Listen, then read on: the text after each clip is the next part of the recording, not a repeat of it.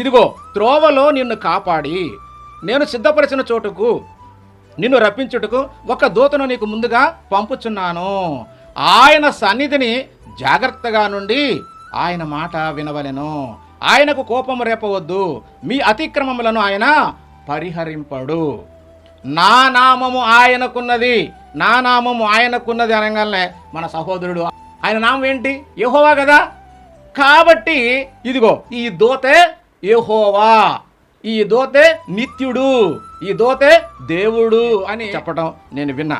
కాబట్టి నిజంగా ఇంతకీ ఈ దూత ఎవడు కలుసుకొని అతనిని ఆశీర్వదించను అంటే అబ్రహాం గారిని కలుసుకొని ఎవరు ఆశీర్వదించనో, ఎవనికి అబ్రహాము అన్నిటిలో ప్రదేవంతు ఇచ్చనో ఆ షాలేము రాజును మహోన్నతుడగు దేవుని యాజకుడునైన మెల్కీసెదెకు నిరంతరము యాజకుడుగా ఉన్నాడు. ఈయన దేవునికి ఆ కాలంలో ఉన్న వాళ్లకు నిరంతరము యాజకుడుగా ఉన్నాడన్న సంగతి ఇక్కడ తెలియజేస్తున్నాడు. అతని పేరుకు మొదట నీతికి రాజనియు తర్వాత సమాధానపు రాజనియు అంటే మెల్కీసెదెకు అనే పేరుకి అర్థం చెప్తున్నాడు ఇక్కడ. ఆయన మొదట నీతికి రాజు, నీతిమంతుడు ఎవరైనా దేవుడు కదా. అంటే దేవుని గుణాలు, దేవుని లక్షణాలు ఆయనకు ఉన్నాయి కాబట్టే నా పేరు ఆయనకు ఉన్నది అనే మాట ఇక్కడ మనం అర్థం చేసుకోవాలి. సమాధానపు రాజు అంటే నిజానికి సమాధానం ఇచ్చేది దేవుడే కదండి. సమాధానకర్తకు దేవుడు అని చెప్పి కొలస్సీ పత్రికలో మనకు ఉంటుంది. దేవుడే సమాధానకర్త. అలా అని చెప్పి ఇక్కడ మెల్కీసెదెకు దేవుడు కాదండి. అంటే దేవుని నామము ఈయనకు ఉన్నది అంటే దేవుని యొక్క గుణ లక్షణాలన్నీ కూడా ఈ దూతకు ఉన్నాయన్న మాట మనకు అర్థమవుతుంది. ఎందుకంటే ఆయనకు అధికారాన్ని ఇచ్చి ఆ దూతను పంపించాడు కాబట్టి ఆ దూత ఎవరంట? సమాధానపు రాజనియు, అర్థం ఇచ్చినట్టు షాలేము రాజని అర్థము. అందుకనే ఈ దూతకి నా నామము ఉన్నది, నా అధికారం ఉన్నది అని చెప్పాడంటే ఇదిగో ఈ గుణ లక్షణాలు నావలే ఆయన ఉన్నాడు. ఎప్పటి నుంచి ఉన్నాడో తెలియదు. ఉన్నవాడంటే యెహోవే కదా. కాబట్టి ఆ దూతకు నా నామం ఉన్నది అంటున్నాడు. ఇక్కడ ఉన్నవాడంటే యెహోవా అని, మరి షాలేం అంటే సమాధానం రాజు అని, సావేలు అంటే ఇక్కడ శాంతికి రాజు అని, ఇలాంటి గుణ లక్షణాలని దేవునికి సంబంధించిన కాబట్టి అందుకనే నా నామము అంటే నా అధికారము, నా గుణ లక్షణాలు ఆ దూతకు ఉన్నవి అన్న సంగతి చెప్తున్నాడు ఇక్కడ. ఈ మెల్కీసెదెకే ఆ దూత అని మనకు ఖచ్చితంగా అర్థం కావాలి. కాబట్టి అతడు తండ్రి లేనివాడును అంటే అతనికి తండ్రి లేడు, తల్లి లేనివాడను, వంశావళి లేనివాడను, జీవిత కాలమునకు ఆది లేదు అంతం లేదు అంటున్నాడు.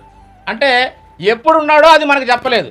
ఎప్పుడు దాకా ఉంటాడంటే ఇక అంతం లేదు, అది కూడా తెలియదు మనకు. కాబట్టి ఆది అయినను జీవమైనను అంతమైనను లేనివాడినై ఉండి దేవుని కుమారుని పోలి ఉన్నాడు అని ఇక్కడ సెలవించాడు. కాబట్టి ఈయన ఎవరయ్యా అంటే దేవుని సన్నిధిలో దేవుని తరపున యాజకుడుగా, సేనాధిపతిగా అబ్రహాం గారి దగ్గర నుంచి యేసుక్రీస్తు వచ్చేదాకా దేవుని ప్రజలకు రక్షణ భాగ్యాన్ని దీవించడానికి దేవుడు ఏర్పాటు చేసుకున్నటువంటి ఆయన సన్నిధి దూత.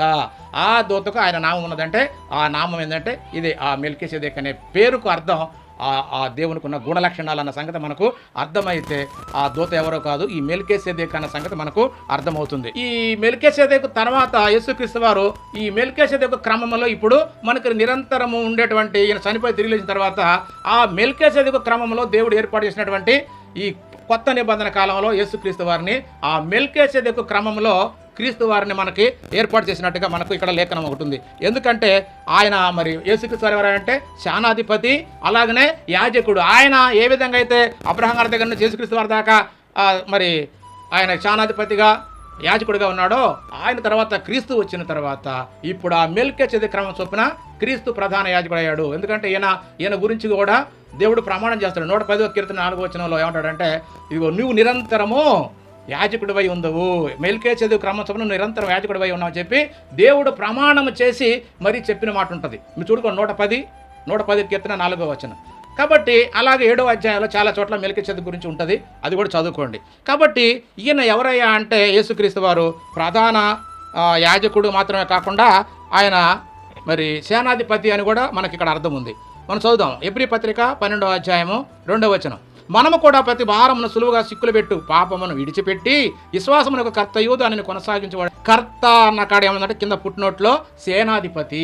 కర్త అంటే ఎవరు? సేనాధిపతి. అంటే యేసుక్రీస్తు వారి పని కూడా ఏమిటయ్యా అంటే ఇప్పుడు చనిపోయి తిరిగి లేచిన తర్వాత ఇక మెల్కీసెదెకు క్రమం చొప్పున నిరంతరము యాజకుడు, అలాగనే మనం రక్షించడానికి కూడా సేనాధిపతిగా కూడా ఇప్పుడు యేసుక్రీస్తు వారిని దేవుడు నియమించినట్టుగా మనకు లేఖనాలను చదువుతుంటే అర్థమవుతుంది. అంటే మెల్కీసెదెకు క్రమం అనేది అయిపోయింది. యేసుక్రీస్తు దాకా మెల్కీసెదెకును దేవుడు వాడుకున్నాడు. ఆ తర్వాత ఇప్పుడు అదే క్రమంలో మరి యేసుక్రీస్తు వారు వచ్చాడు. యేసుక్రీస్తు వారు కూడా ఆ మెల్కీసెదెకును పోలిన వాడేది, కానీ మెల్కీసెదెకు కాదు. చాలామంది మళ్ళీ ఏమంటారంటే యేసుక్రీస్తే మెల్కీసెదెకు అంటారు, కానీ యేసుక్రీస్తు మెల్కీసెదెకు కాదు, కానీ మెల్కీసెదెకును పోలినవాడు.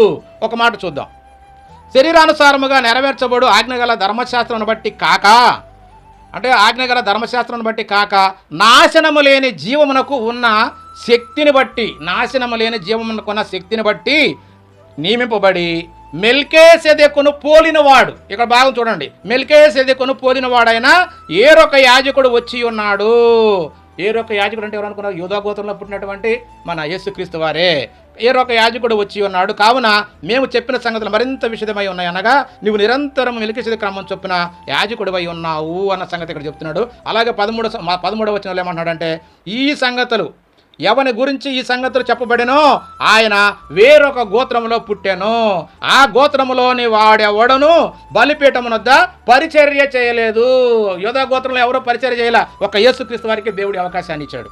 బలిపీఠం వద్ద ఎవడో పరిచయం చేయలేదు. మన ప్రభు యోధా సంతానమందుని జన్మించిననుట స్పష్టమే. మన ప్రభు ఎవరు ఏ గోత్రంలో?